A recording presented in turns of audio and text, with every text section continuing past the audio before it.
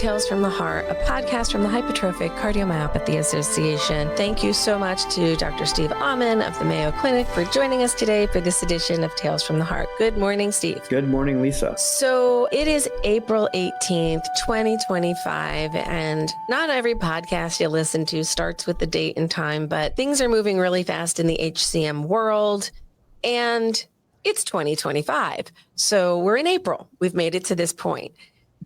There's a lot going on in the world of HCM. There's a lot going on in the world of policy.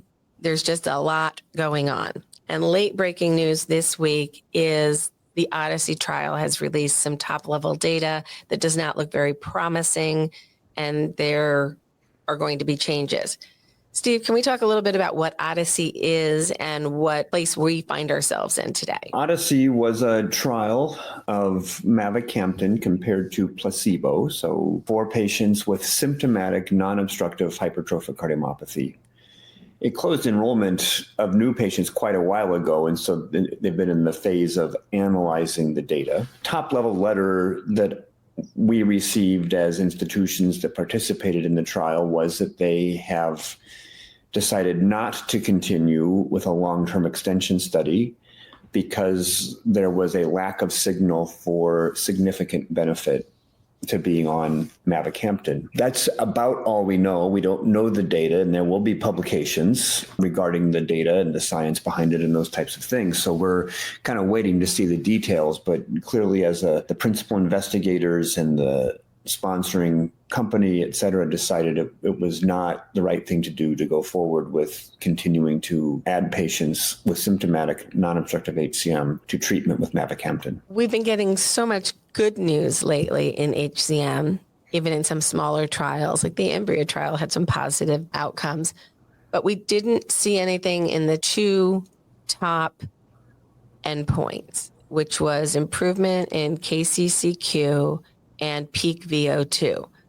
So can you help our listeners understand what those tools are and why no difference there is concerning to somebody running a trial? It's a great combination of endpoints. So KCCQ is a questionnaire that tries to capture the impact on patients' quality of life. We talk about NYHA class, which is a really simple tool. There's like 4 steps, either like asymptomatic to severely symptomatic and 2 grades in between there. But KCCQ is a more rigorous, more detailed assessment that gives scores. And it's a way to try to capture how are patients doing from their perspective.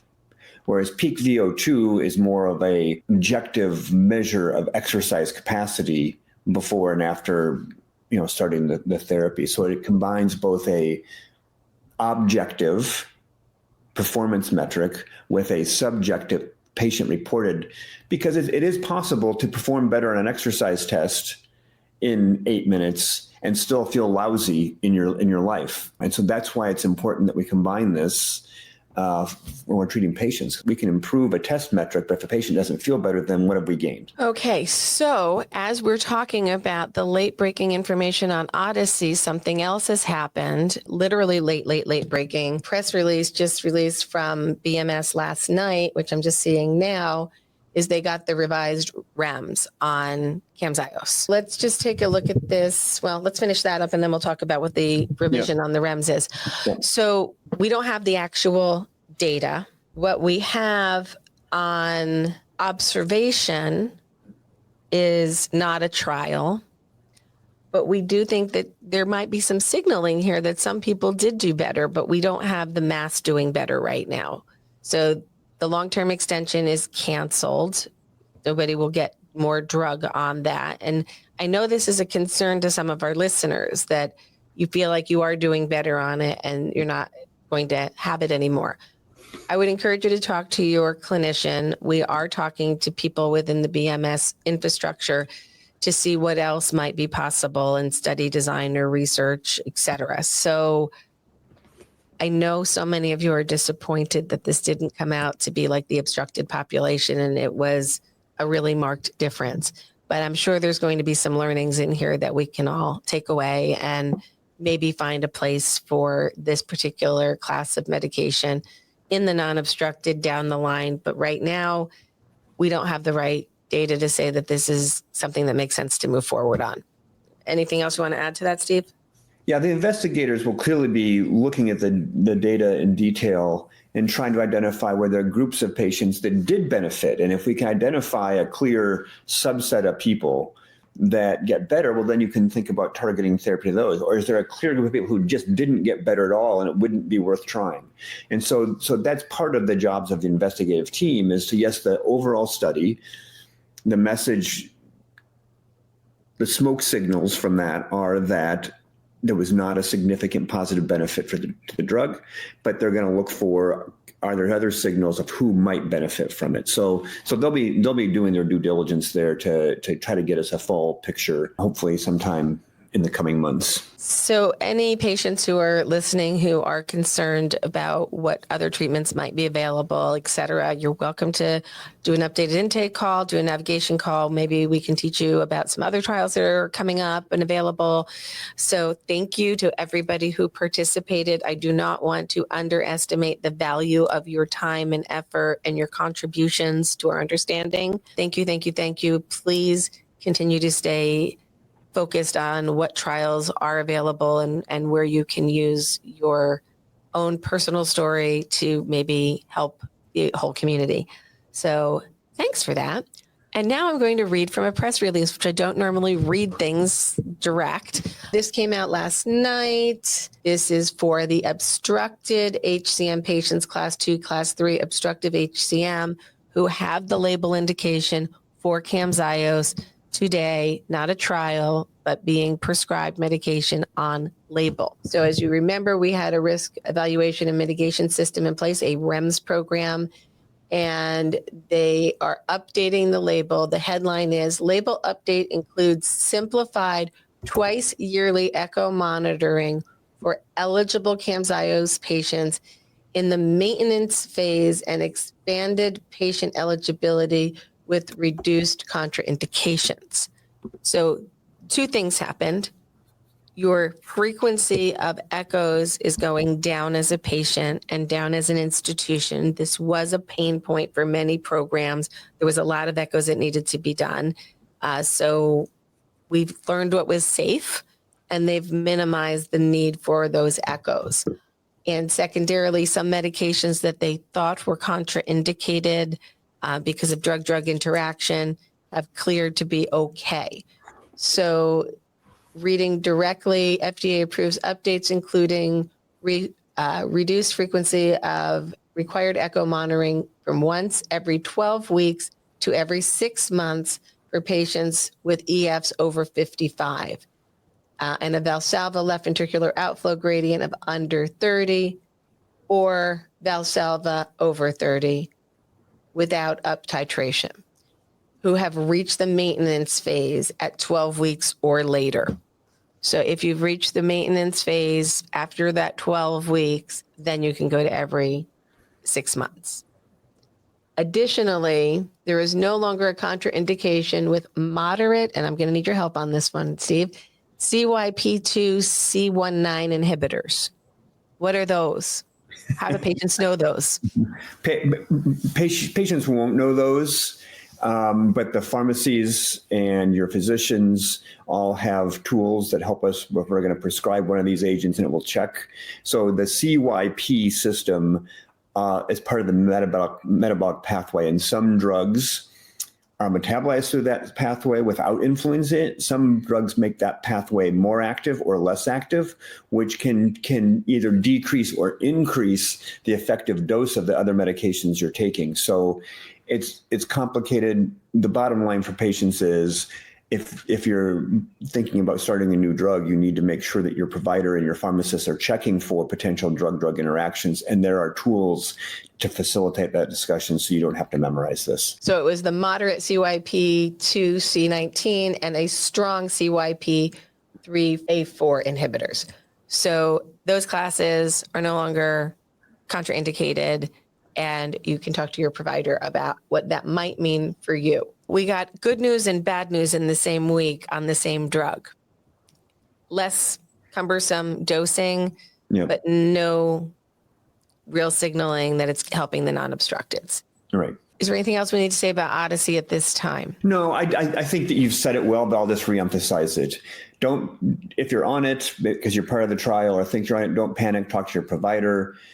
It's not, there's lots of information that we don't know yet. This is a top level decision and more details will come out later on. And we will probably identify patients who will continue to benefit with non-obstructive HCM. BMS took the first 17 minutes of the podcast today.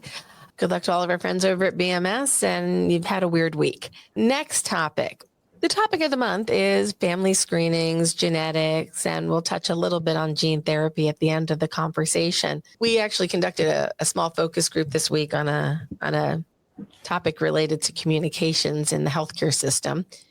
And it was kind of interesting to hear how each of these participants mentioned how they communicated with their families about their HCM diagnosis and how some of those communications were just run of the mill, smooth, and others were very difficult conversations and very triggering to some people. So, Steve, we've been in the HCM space a long time. We've met many members of families that are connected. We are all functionally dysfunctional families. I don't care which one you come from. We all have our own things. What do you see is the most, well, everybody's different. What techniques have you seen most useful for patients when communicating a genetic heart risk to family members? Yeah, I don't know that there's a best practice for that, Lisa. I mean, you've already said it. Every family is different, and there is at least one sibling of every patient I've met with HCM who doesn't want to know whether they have it or not, and so they don't want to be screened, and that's ultimately their right to make that decision. I think that probably the reasons that we all could be better at communicating. Why is it important to screen? Because, for instance, if someone has HCM and they're completely asymptomatic and have no risk factors, nothing's going to change other than they're going to come back and get screened. But we need to communicate why it's better. If you happen to be an adult who develops hypertension, well, it might, knowing that you have HCM might influence the choice of medications to treat your hypertension, or screening your children if you have it. So there's some ways that we probably need to be more succinct in our messaging about why screen that might be helpful for some families, but also acknowledging that there will be families that just don't want to know. Until, I feel like that guy who does the video clips, until somebody starts to become symptomatic, and then they want to talk about it. Right. And I would recommend, as a family who's had to have multiple conversations with multiple levels of family members, to normalize the conversation. You don't have to get all serious and whispery and talk in a corner. It's just how you feeling. Your heart okay? Do you want any information? You let me know when you want it. And leave it there. Make it normal. Don't make it dramatic. But instill the understanding that if they feel something, they should act upon it. If they see something in a child in a family that could have HCM, have the conversation with the pediatrician. This does run in our family, and let a medical professional guide you through the diagnostic process or the confirming a diagnosis or the treating, but don't be afraid of it. We are doing so much better in the management of HCM. I mean, in 1 week, we have one trial that didn't show what we wanted, so we're going to pivot and go something else, and another drug that's easier to prescribe because we've lowered the bar because we know it's safe and not now. So there's so much going on in HCM. They shouldn't be scared to know. And if you make it too big of a deal, then they don't want to talk about it anymore. Right. So find that balancing act of where to go. Are there any recommendations of things not to do? It's hard in our culture right now not to tell people not to be dramatic, because everything needs to be a headline, and we worst case talk about every scenario. So you don't want to talk about the worst case scenarios with your family. Just say this is potentially runs in our family, and the medical professionals who study this disease recommend that my relatives get screened for this as well. Now, how do we screen a family? What are the two pathways we traditionally use? Yeah, so there's two pathways. There's genetic testing, whereby the patient who clearly has hypertrophic cardiomyopathy is the first person tested in the family. And if we can identify an HCM-associated gene variant, which occurs in about 30 to 40% of individuals, then we can use that gene variant to screen the rest of their family members. And you only have to chase the positives around the family tree. If the sibling is negative, that sibling doesn't have to be screened anymore, nor does that sibling's offspring. For the other 60 to 70% of patients who either don't have a gene variant or we've decided not to do genetic testing, which is a valid choice by the patient and family, the recommendation is to do surveillance echocardiography and EKGs. In adults, that's every 5 years. In the children of a patient with HCM, it's generally every 1 to 2 years. So, but it's genetic testing or echocardiograms essentially. When is it appropriate to consider an MRI in a screening process in a family with HCM? If the echo is equivocal, either because the echo image pictures aren't good, which happens, or because the data from the echo, say the wall thickness is borderline or there's some other abnormality, adding an MRI can provide clarification. So again, if there's borderline wall thickness and a lot of late gadolinium enhancements or myocardial fibrosis, that's going to be more suggestive that there is a cardiomyopathic process present in that individual than the absence of myocardial fibrosis. So it usually we do it as follow-up for unclear echo conclusions. We're talking more about knowing your genetic type because there's research going on in that space as well on each particular gene with concepts of genetic therapies through different mechanisms. We're still, even we're like 2 years into this, we're still very, very early days. Yep. Can you give some guidance as we mentioned the word genetics, and we know that 40-ish%, I'll keep it with the 40-ish. My numbers seem to be holding steady at about 40 in HCMA's data set. Yep. And other institutions kind of bounce between 30 and 45, but we're seeing about 40% have an identifiable gene. What do we think about gene therapy today? It's such early days that there's no conclusions to be drawn. I mean, the hope is that if you can get therapy specific to the gene variant present in the individual patient, that could be beneficial. But one of the challenges with HCM, unlike diagnoses where there is a single genetic cause for that issue, so all the interest can go into that, there are hundreds of gene variants in HCM. And so the thought that any one gene therapy is going to substantially change the bar anytime soon is a little bit overly hopeful. Doesn't mean that the research shouldn't occur, but it won't be as widespread as the approval of a cardiac myosin inhibitor, and all of a sudden a wide swath of people suddenly become eligible for a therapy that they weren't eligible for before. It's going to be gene by gene, misspelling by misspelling. And type of misspelling. Yeah. It's under research right now. Yep. Those with MYBPC3 who are interested, Tenaya is still recruiting for their trials. They've dosed at least 4-ish plus people, and there'll be more data available in the coming months on how those patients are doing. And we eagerly await those results, and we'll learn more together. So we've screened a family with genetics. Let's say we do know the gene and we use gene testing to identify who else in the family. If somebody's clear of the gene, are they really clear of needing to have additional follow-up? Are there genes we don't know about yet? What are we doing with all this? It's a little complicated. Yeah, so technically there are 5 diagnostic classifications around a spelling difference in the genetic code.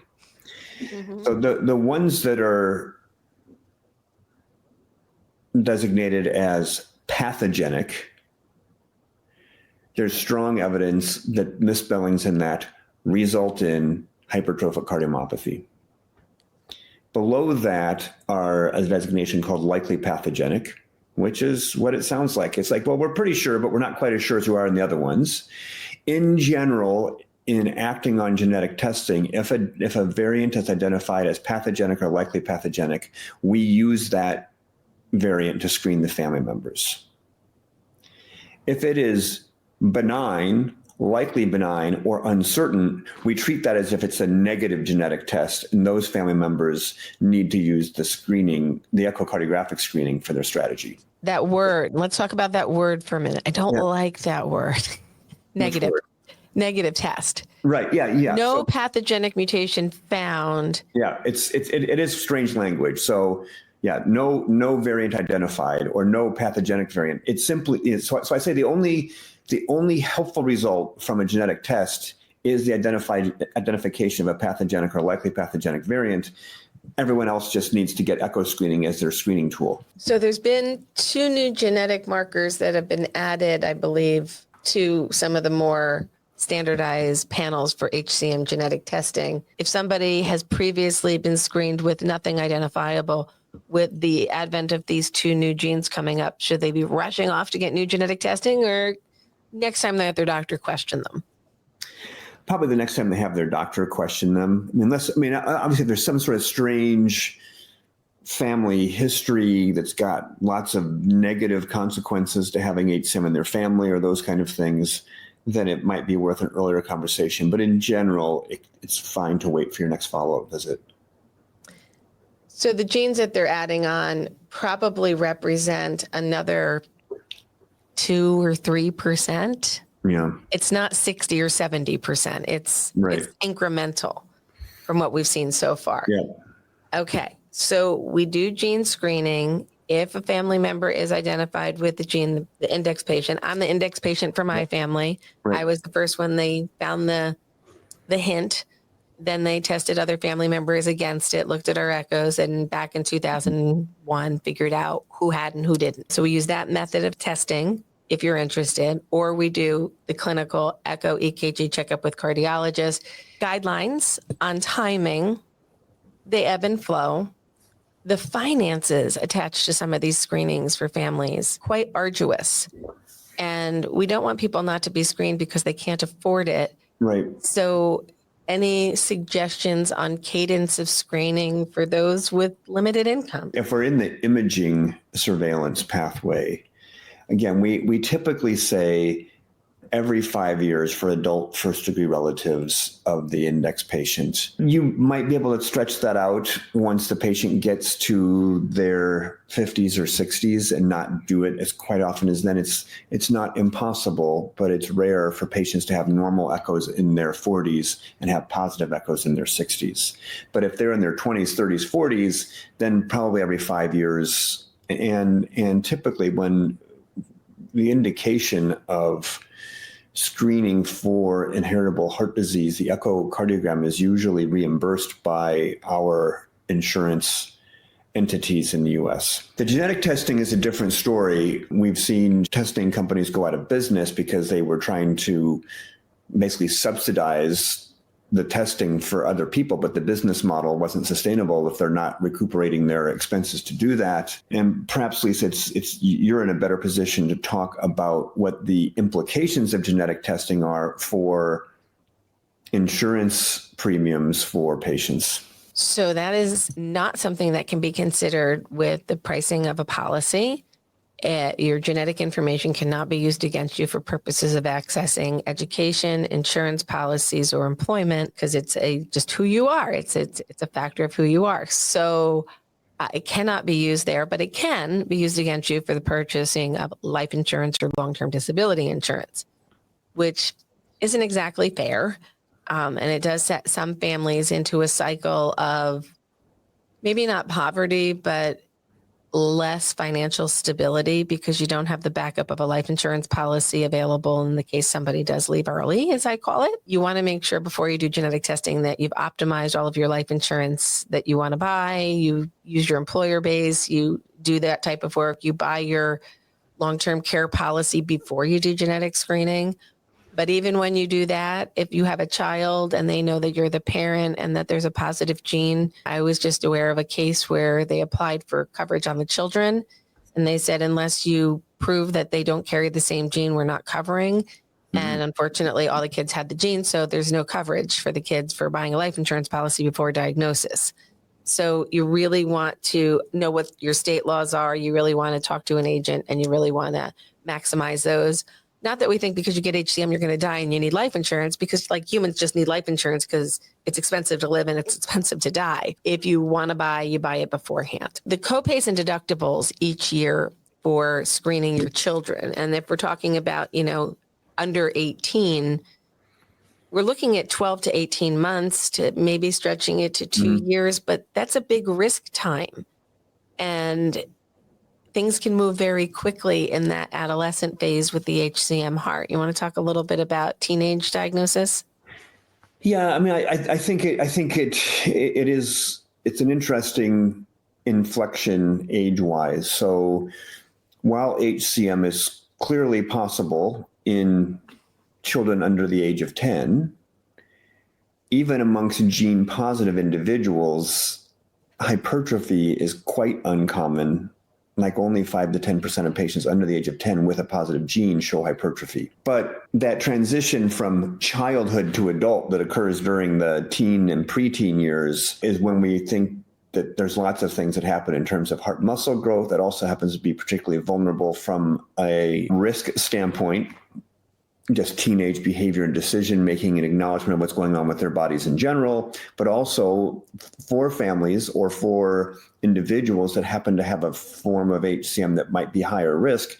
That happens to be the riskiest age group. And so that's why we want to screen so often in the adolescent years. So if your employer offers a health savings account, I would just put what maximum they allow you to put in. I know that when you talk to a politician, they're like, just use a health savings account. Well, the money has to start from somewhere. Yeah. So save what you can, get your tax break where you can, and that's the best way you can plan to screen your kids through those adolescent years. I know it's tough. I wish we could lower the costs there, but it doesn't look like that's happening anytime soon. Prepare for it. Know that it's there, and sorry that you have a genetic disease that requires you to take this extra step. We are doing our very best to ensure as best coverage as possible for these families, but the insurance market's a little weird.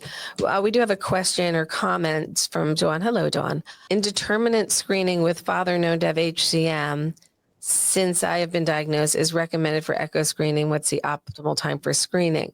So looking at your picture, you're not under the age of 20, I'm going to guess. You've already been diagnosed, so you're into a therapeutic disease management time, not a screening time. Your father's indeterminate screening. I'm not quite sure I understand that, Steve. Yeah. So if we're talking about genetics, if you have a VUS, a variant of undetermined significance, then you're going to shift over to the echocardiographic screening program we just said, which if you're an adult is every 5 years screening. If it was your father who had it, if you're less than age 18, less than age 20, then you're going to be doing it every 1 to 2 years. If the echo is indeterminate, you can flex when you rescreen again. Certainly, if you develop any symptoms, you want to get that. I mean, that's not screening. That's actual diagnostic evaluation using cardiac imaging tools. But if you're active and asymptomatic and your screening echo is indeterminate, you can do it again as early as 3 years. You can wait 5 years. There's a window there. Okay. So, John, if you have any clarification there, that would be helpful. We had another comment up earlier. I want to bring it onto screen. Michelle was diagnosed with obstruction and pulmonary vascular congestion, just did the genetic testing,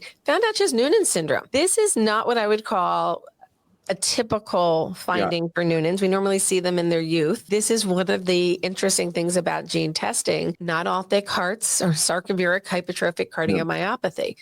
And sometimes they're phenocopies or mimickers. Don't worry, Michelle, we're not using mimickers as a bad word. You just have a different genetic cause for your heart to be thick. Want to comment a little bit on Noonan's for those who don't know what it is? Yeah, so it is, as you stated, usually diagnosed in children that involves a series of anatomic abnormalities, both with the heart. There are some facial features that are common in people that have Noonan syndrome. So really, we would recommend that with that kind of diagnosis that you see someone in medical genetics and your cardiologist to make sure that we're excluding all the other things that go along with Noonan syndrome. So, Michelle, thank you for sharing that with us. That's super interesting. I've had a couple adult diagnosed Noonan's, and it's always It's always interesting to see how they've kind of navigated the health system and Yep. nobody figured it out yet. But about 50% of kids with Noonan's or people with Noonan's will develop what looks like hypertrophic cardiomyopathy, and it's treated similarly, but not identically. We do have time for more questions. We covered gene therapy. Have you been following the results on Rocket and the Danon study? I have not been following that closely. They're showing some positive signals. It's looking like for those Danon, specifically those Danon boys, Danon is one of those diseases that definitely presents differently men to women. And these young boys, if they don't transplant by 20, most of them are deceased. So we want to do something pretty aggressive for that group. They now are looking at opening studies into the women who tend to more go into an HCM or a dilated cardiomyopathy in midlife when the boys have this other presentation of massive hypertrophy early in life. But that gene study is looking relatively positive at this time, but more to learn, more to do. Stay tuned for information on that. We did have a question about the Edgewise study earlier, as we were talking about some of the stuff on Odyssey. Let me bring that back up. Any news on Edgewise, Cirrus study? They were in phase 2, part B. Not yet. Not yet. Yes, that's early study. We met with Edgewise while we were at the ACC conference. So you're going to hear a lot more from them soon. Things are going to get bigger. You're going to see recruitment efforts, and then it'll get quiet, and then they'll look at the data, and then we'll get answers. So they get very loud, then they get very quiet, and then they either get loud or quiet at the end. So we're in the roller coaster ride that is drug discovery. As we are in the drug discovery pipeline, and as we are living through some really different times on how we're structuring our society, any thoughts you would like to share, Steve, on the discovery process? And I want to give some clarification because I've been asked this a lot. We know that there's been funding cuts at the academic level, and we know that some trials have had to have been stopped because they were studies that were being funded with federal funds, which are now not clear whether they're abiding by contracts or not. Yeah. So we don't really know where that's going. But if a trial is sponsored by a pharmaceutical company, there is no public funds there. These are private entities doing the trials under the governance of the FDA, who has an infrastructure to understand the diseases, the biology, the chemical reactions. They have a team. Well, they did have a team set up to help pharmaceutical companies get through the regulatory process. These things are changing. How do you see it impacting the HCM community from early science to clinical trials? Yeah, I mean, I think the only honest answer is we have no idea. But the potential risks are that in some of the early discovery work, typically a researcher who is interested in molecular processes, those kind of things, is someone who tends to get their research funded by grants from the federal government. So there is a risk that if there's less grants available for that, we will stop some of that early bench research stuff that led to things like cardiac myosin inhibitors years down the road. So if we don't have that government funding pathway at the ground floor, understanding mechanisms of disease, that has a long-term tail. The opposite spectrum, as you said, the clinical trials that are funded by our pharmaceutical companies that are interested in HCM doesn't really change the operations of the clinical trials for those agents. But when they go to get approval for their drug at the FDA, if that government agency is not staffed efficiently or not staffed enough to process, it can take longer from end of trials through the evaluation pathway to determine whether a drug is going to be approved or not. So there's a couple of potential risks there from what we're seeing. It's been a busy couple of weeks because every time something drops in the news, people want to know, how does this really impact me? Yep. And some of it doesn't, some of it does. And some of the impacts, as you explain, that bench study where these molecules are found and where this early investigation starts, if it's not going to be done through federal grants or state grants or through the process that we have developed over the past 70 years in the United States, and where we've made these market advancements in healthcare, I don't know who's going to do that work. I don't know where that money is coming from. And it's a little concerning. For the next 3 years, we're going to be okay because we have things that are in discovery. But when we discover something, we find something else, and then you can go deeper. I mean, I think myosin inhibitors are a fantastic example of a completely new mechanism of action, identification, and the ability to alter that has been truly life-changing for the thousands of patients who are beneficially reacting to myosin inhibitors. And we're learning who those people are and who they're not. And that didn't start with a company. That started with a molecule that was discovered in a lab that, hey, maybe we can do something with this. That's a long process. And we've been playing a long game, and I think we still need to play the long game because some stuff's not going to pan out. But I don't think it's a waste of money. Isn't that the way research is supposed to be? You're supposed to be able to check and see what it does. And if it doesn't work, you don't do it. Right. But you learn something new along the way. I will kind of take the last section here and kind of talk a little bit about what we did on the Hill. Last year, you came with us to the Hill. This year, you didn't join us. This year was different. We may actually go back in the fall for some things as well. So that'll be a little interesting as well. But what we did this year, and if anybody's interested in viewing the entire briefing, it's on our YouTube channel. It'll be on the website. We were speaking about something that we've talked about on Tales from the Heart a lot, not necessarily with Steve, but with Dr. Lever. And that's the generic drug quality issue. All due respect to Harry Lever. I think some of us have been listening to his messaging for many years and we're like, okay, Harry, we know generic drugs have a problem. And he's just held on to this. We have research now that has been conducted through the Department of Defense that validates everything that Harry Lever has been saying for years, that there are some really bad generic drugs out there. But the other thing we learned is there are really good generic drugs out there. And we shouldn't be buying drugs from overseas when we don't know the quality.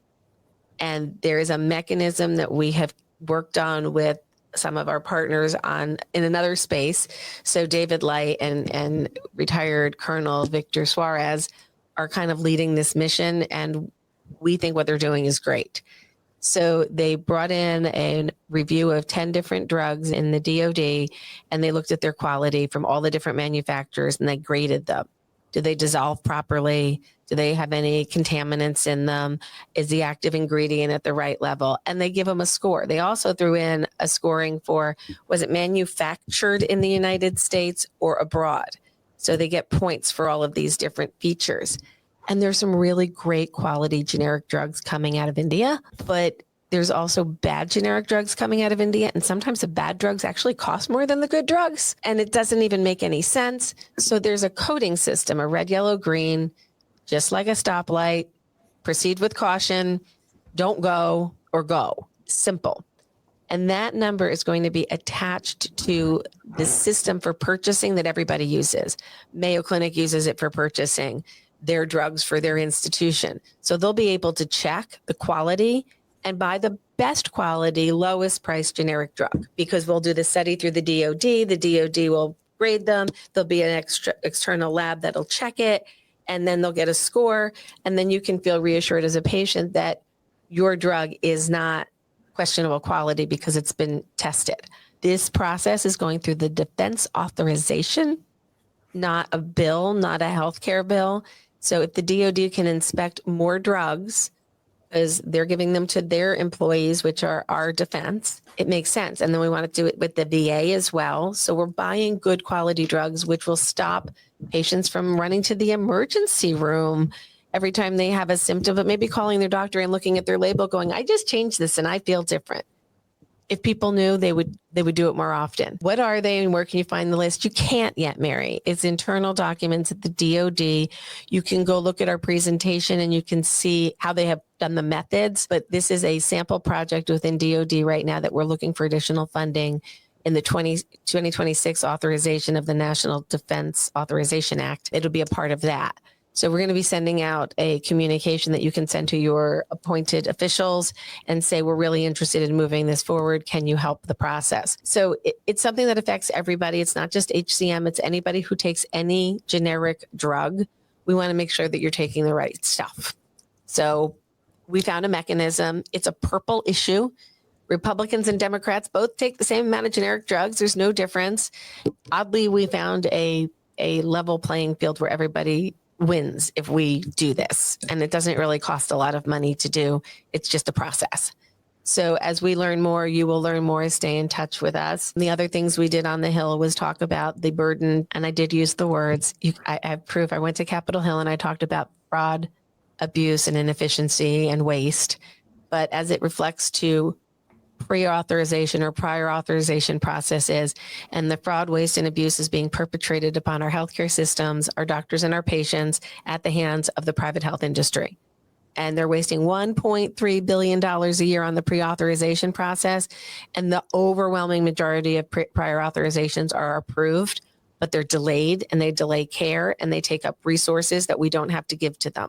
So the Safe Step Act, we're asking for reintroduction, and we're asking for really specific guidance on prior authorizations where they can and can't be used, and put doctors back in charge of being the doctors and not being a mouthpiece of the insurance companies. So that's what we did on the Hill, trying to make everybody's life a little bit easier. Steve, how much time are you guys dealing with within Mayo Clinic in your HCM program on prior authorizations or step therapy recommendations? And for those who don't know, step therapy is try the generic cheap stuff first, then go to the more expensive stuff later, which is not necessarily a bad idea, but it's really at the clinical judgment of the physician, not the payer. What do you think? Oh, I mean, I think it is, as you've stated, it's an increasing burden. It's hard to quantify the amount of time I spend on it. I mean, it depends on the patient. I mean, obviously, if a patient's doing pretty well and they don't need any fancy tests or medications prescribed, then that's not an issue. For some of the other ones, come across it obviously with the CMIs. Anybody who is considering going on to GLP-1s for weight loss, or even SGLT2s for heart failure symptoms, those types of things, a lot of plans require pre-authorization for that. So, and then the point that you've made is there's just this bolus then of work that you need to do, and most of them are saying, oh, yeah, that's fine. It's like, well, it was in my initial note, but you still have to go through whatever form or steps that company has. So it's not a good system. We are at a point in time where we might be able to have a voice. If they're all into system changes, let's make them positive system changes, not just taking things away. We have processes that work very well, but we have ones that could be optimized for efficiency and for patient care and safety. Putting everybody through the drama of prior auth and some magic person on the other end of a phone or keyboard hits a button and it's all okay. Yep. It's ridiculous. We can be more efficient with our time. Any final questions for Dr. Ommen this fine April day? And by the way, happy Good Friday to everybody who partakes. Passover is just about concluded or concluded. I'm bad as the wife of a Jewish guy today. I forget where we are in Passover, but I hope everybody's going to have some fun this weekend with their families, do some Easter things. I've got 60 plastic Easter eggs that I got to go hide for some munchkins. It'll be fun. I got to stuff them. I got to be the aunt that stuffs the plastic eggs. I got to do that. That's tonight's job. Just don't tell them the Easter Bunny didn't do it. Yeah. Any final thoughts for you, Steve, at this? Nope. Thanks, Lisa. Nice talking with you and with everyone again. The Hypertrophic Cardiomyopathy Association would like to thank our sponsors, Cytokinetics, Bristol Myers Squibb, and Edgewise Therapeutics.